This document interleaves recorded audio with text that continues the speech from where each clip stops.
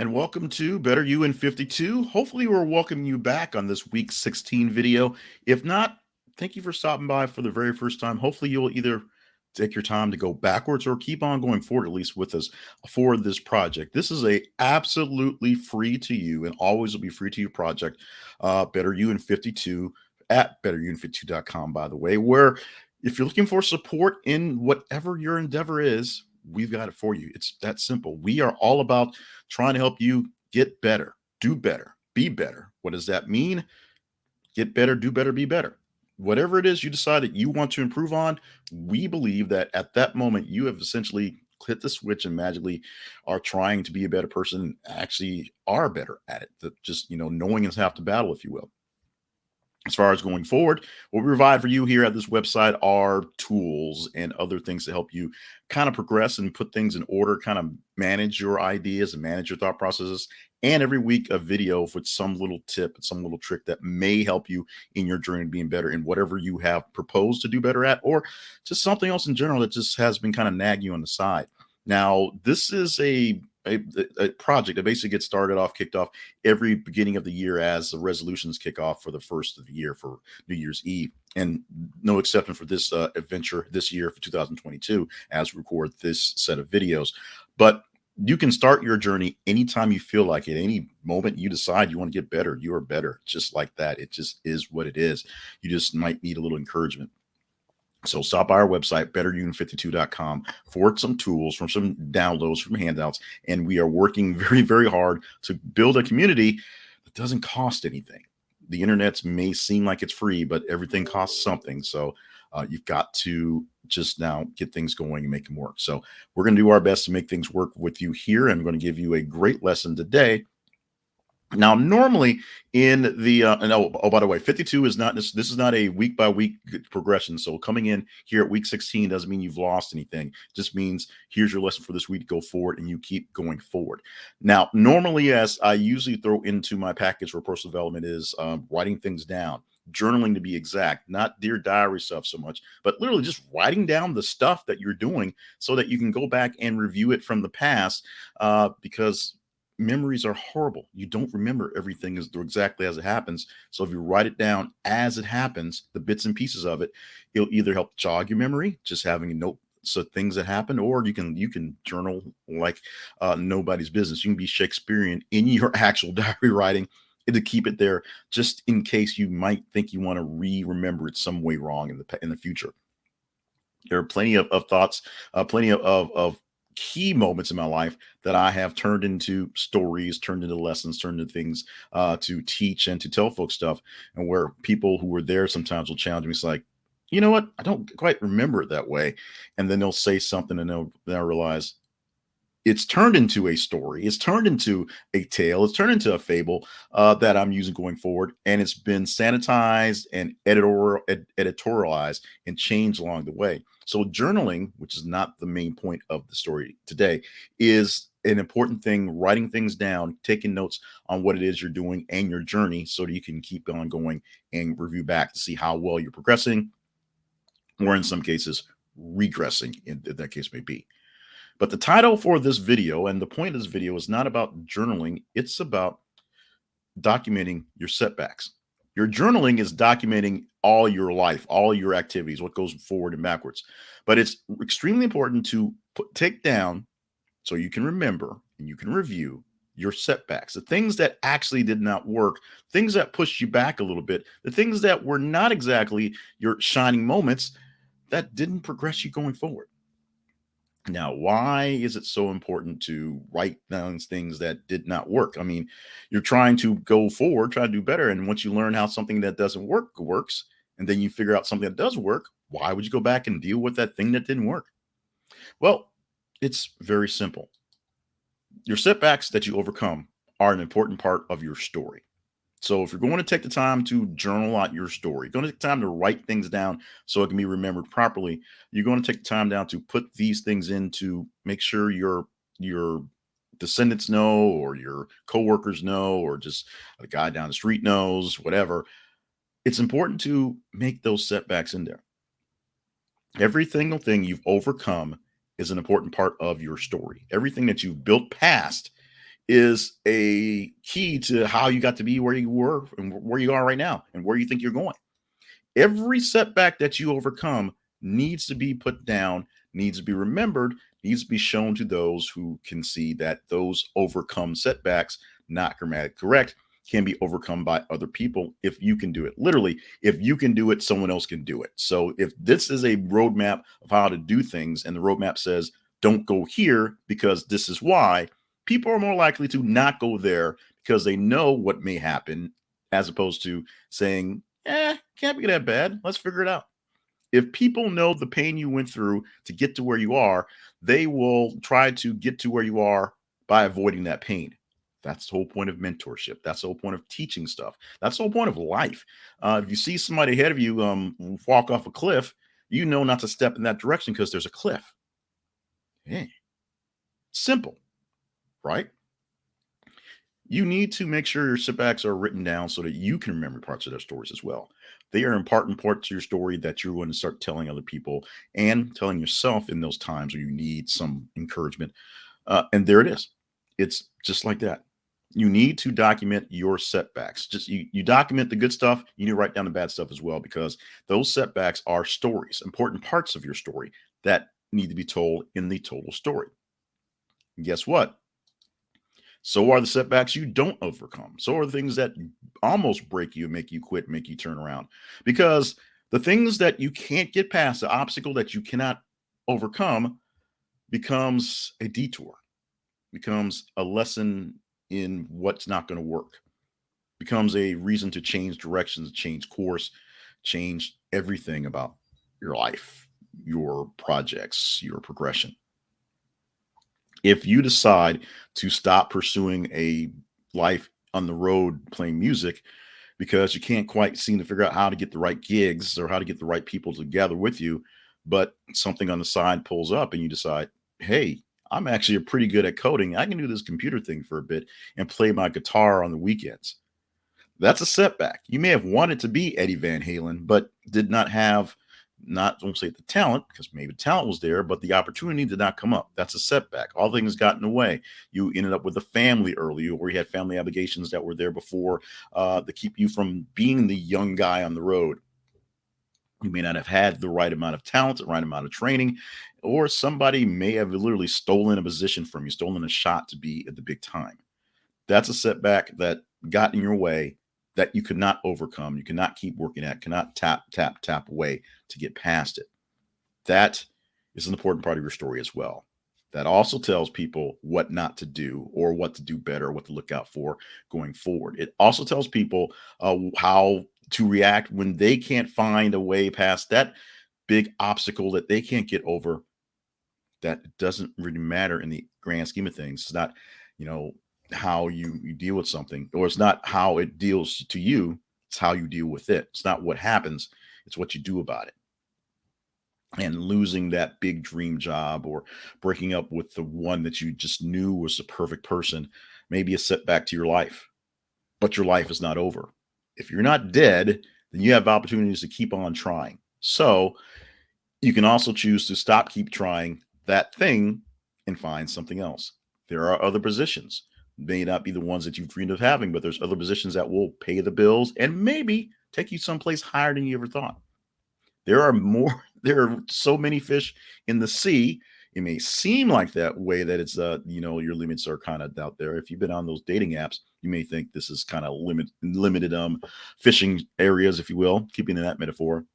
But there are people you can have relationships with, and believe it or not, you can go a while without having any sort of romantic relationship. Sometimes those setbacks are telling you need to spend a little time by yourself, with yourself, for yourself going forward. Those are times there as well.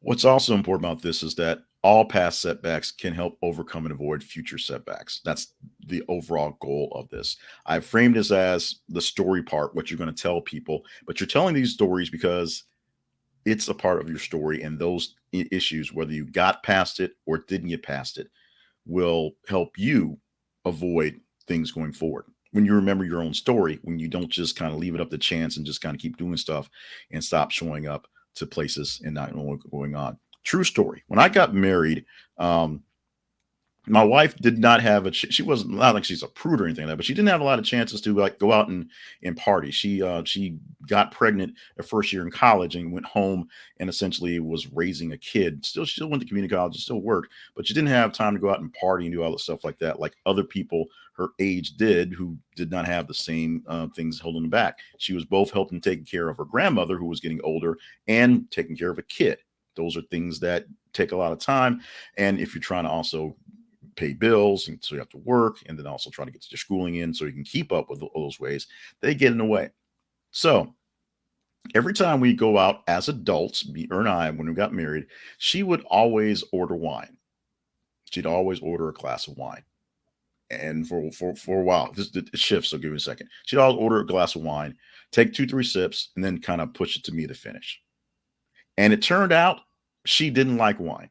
She never liked wine. She kept trying it and try because now she can go out and have wine for dinner because she didn't worry about driving home with a kid in the car. But she kept essentially overdoing it over and over again to just sort of because she could do that. On par with that, she'd also at some times she switched from the wine thing because she fully realized she wasn't a wine drinker, but she'd start drinking, mixed drinks. And then she'd ask a bartender, "Hey, what's kind of things you would you suggest?" And I want something fruity, I want something blah blah blah, and they would make it for her, and she might like it. And then we go out someplace again, and she wouldn't remember what that thing was that she got. So she kept asking, "Hey, if something fruit, blah, blah." They make something. Sometimes she liked it, sometimes she didn't. Most times it wasn't the same thing. The long short of that story is the setback of not being able to go out and just be an adult with adult beverages. Not that she was out there trying to get drunk or anything.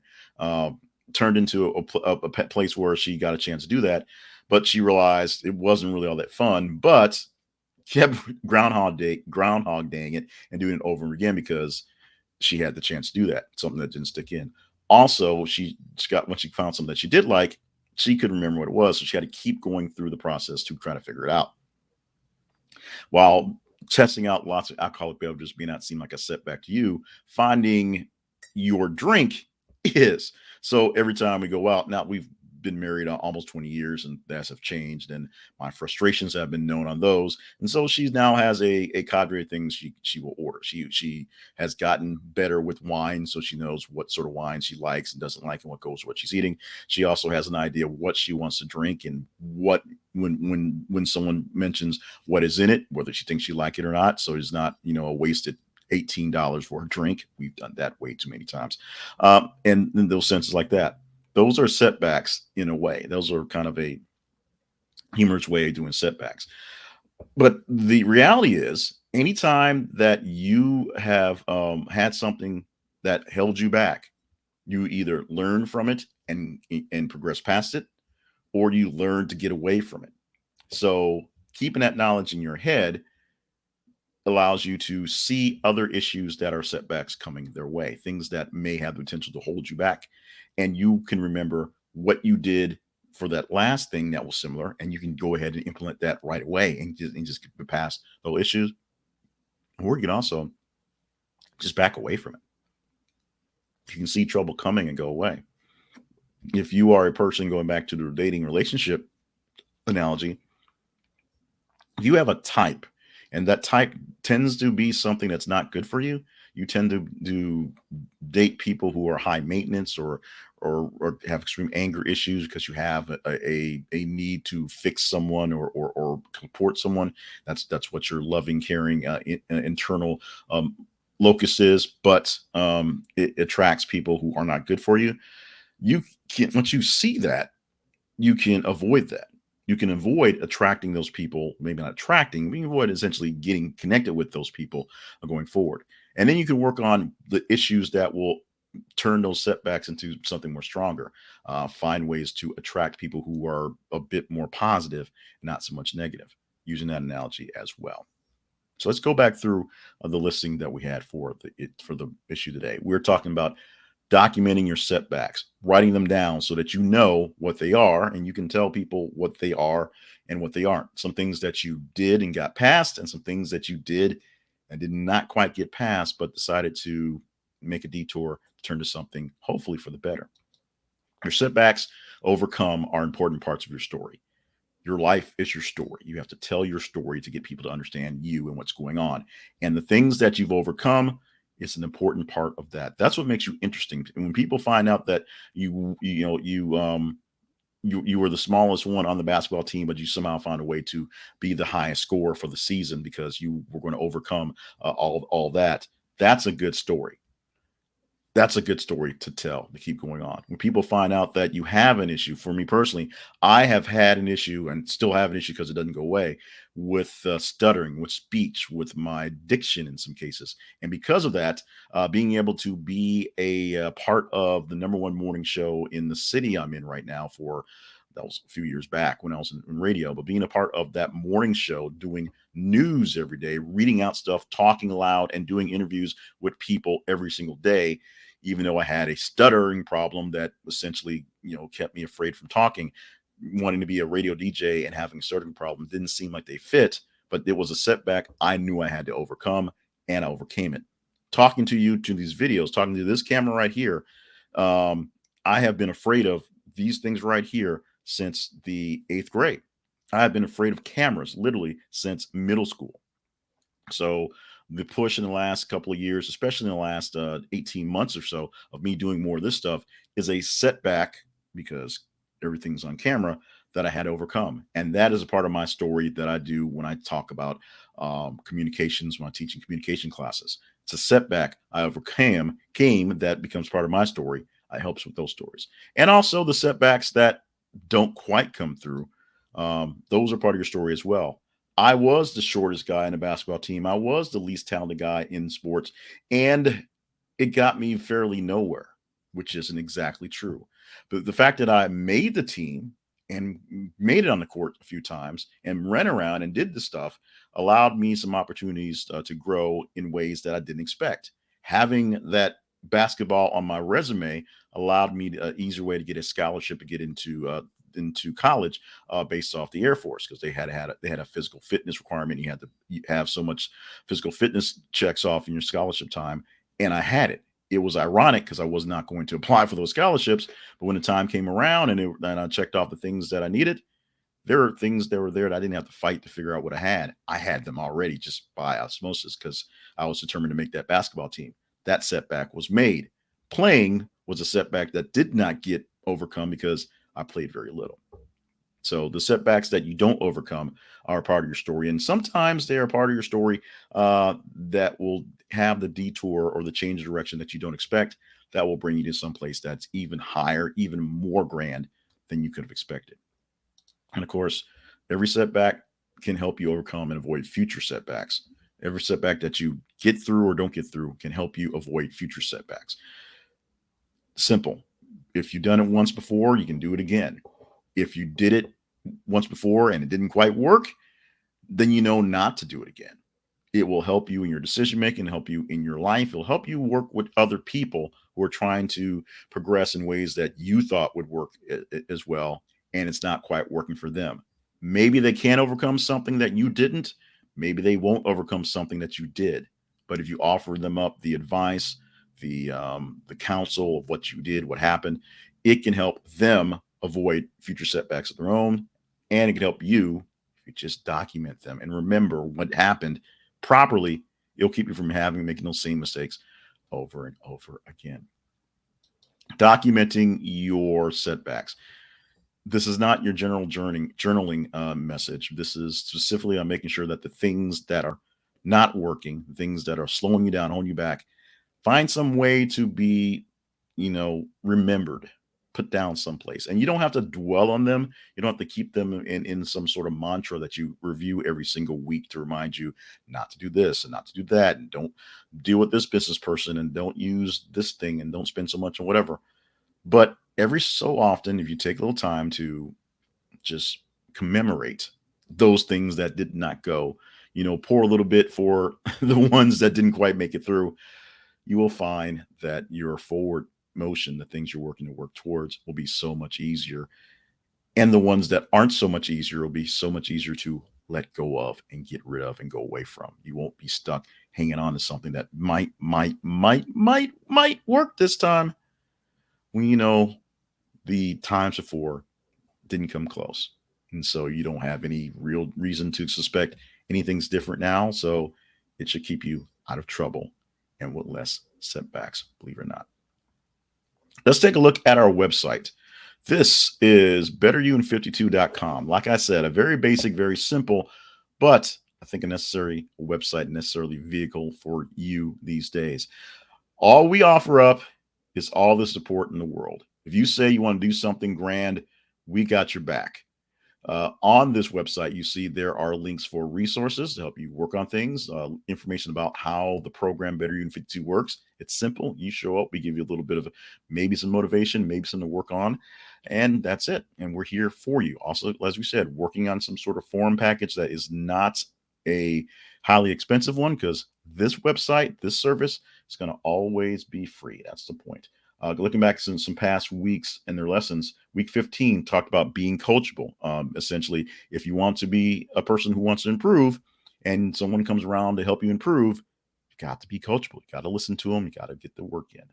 Also, try and make new friends, and specific emphasis on try, because we put the onus on this on since that most people doing this stuff here are on the older side. I am right about at 50 years old, and making friends at 50, not the easiest thing to do. So maybe you don't quite succeed in this one, but you're supposed to try, try, try.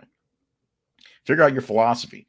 Some 50-year-olds don't know who they are, what they're about either. So the best way to find a way to get better at whatever you want to do is to figure out what you actually believe, and if the thing you want to do is something you actually believe in or will drive you in that way, because you might have to change your philosophy. You might have to change your way of thinking. You might have to adjust exactly how it is you are managing you, yourself, those around you. The people around you affect your philosophy because you have to interact with them. The people not around you, oddly enough, affect your philosophy. The people you may aspire to be around have a certain thought process, and there's that. And one more, just a quick look past lessons. Listen to your body. One of the most important issues that we have here. I have a project that keeps getting. I have a lot of projects that keep getting reworked. I have a project that gets reworked that are essentially rules to live by. My rules to live by. So I'll publish it as my rules to live by. And the number one rule in that thing is don't die. Don't die means do whatever you can to not influence death to show up at your door. That means here, listen to your body. If something feels wrong, go to the doctor. If something feels wrong in your head, talk to a counselor. If something just is just a bit off, you'll know that your body, your own personal body, will give you the warning signs that something may be off, and you can fix it well ahead once you see those signs, even to the point where the signs are so obvious, things like you can't walk, you're having trouble breathing. It will tell you, your body, that you need to slow down or sometimes speed up. It depends on what exactly it is that you're in need of. Those are just some past videos for the past a couple of weeks for that we brought you here from Better You 52. We're going to post this video on the website as well. So if you're seeing this just via the YouTube feed as we do this live on YouTube, go to the website betteryou52.com for past videos, or watch them on YouTube as well. Any comments, concerns, or issues, you can drop us some knowledge. Drop us a comment on the video site, on the blog post on the website, or just email us directly via the links that their website as well. My name is Jay Cleveland Payne. We have been talking about Better You in 52 and the website betteryou52.com. Stop by there for support. Plain and simple. You're looking for somebody who's going to get your back. We got your back. There's not very much at the website, just links to the videos and links to chat with us. So if you're ready to get better, just say it. I want to be better at this. Great. Let's get on it. We have resources. We have things to work on. I also do other websites and other projects, other lives, you will, where they do have paid accountability coaching and other things that go through as well. This right here, this is the worst sales pitch, worst upsell ever. Stop by this website, see what we have there for free, use it. If there's nothing there is worth what you need for, reach out to me, and I won't sell you anything. I'll try to find something else I have in the arsenal that will be as inexpensive as possible, most likely completely free. Thank you so much for joining us for this video. We once again will give you another great video next week. That is our goal. That is our plan. That is what we're going to do. And greatness is all based on relatively. So if we get a video out, it will be great. If we get a video out that's entertaining and informative, that will also be great. So great video will happen next week. That's what we say. Thank you so much. I'm Jay Cleveland Payne, and we're going to see you doing this again. We will see you next week. I'm going to say it right there. We will see you next week.